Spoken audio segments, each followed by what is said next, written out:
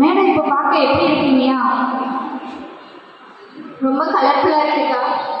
இந்த கலர்ஃபுல்லாக இருக்கிற இந்த மேடை இன்னும் கொஞ்சம் நகர்வு கொடுக்கறதுக்காக இன்னும் நமக்கு யார் யாராக வரப்போறாங்கன்னு நமக்கு தெரியுமா? தெரியாதே. இன்னைக்கு நம்ம திருப்பூருக்குன்னு ஒரு அடையாளம் இருக்கு.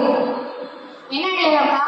நம்ம திருப்பூர்னா என்ன இருக்கு, நிறைய இருக்கு, அப்பா சொல்லிட்டே போகலாம் நம்ம திருப்பூருக்கு. அதே மாதிரி நம்ம திருப்பூருக்கு இன்னொரு அடையாளம் இருக்கு, கனவு இலக்கிய அமைப்பு. ஒவ்வொருத்தவங்களோட கனவை இலக்கியமா அமைக்கப்படுற ஒரு அமைப்பு.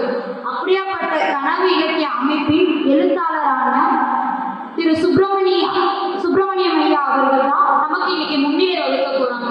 அவரை பத்தி உனக்கு ஏதாவது தெரியுமா ஐயா? அவர் கடைசியை எழுதின நாவலுக்கு கூட 1 லட்சம் ரூபாய் தொகை பரிசு வாங்கியிருக்காருன்னு கேள்விப்பட்டேன். ஆமா, அது மட்டும் இல்ல, புதுமை பெற்ற விருதும் வாங்கியிருக்கிறாரு. அப்படியாப்பட்ட நம்ம ஐயா திரு சுப்பிரமணியம் ஐயா அவர்களை முன்னிலை வகுக்கிறதுக்காக மேடைக்கு கொடுக்கிறோம். கவிதை தொகுதி வெளியிட்டோம். அது கூட ஒரு ஹைக் வெளியிட்டார்.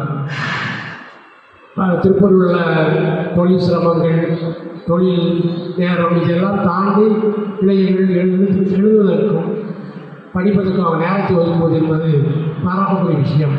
அந்த வகையில் பாண்டியராஜன் தொடர்ந்து மக்களுடன் தொடர்பு கொண்டிருக்கிறார். கால நேரமானால் செய்தித்தாள்களை அங்கங்கே விநியோகிக்க வேலை செய்கிறார்.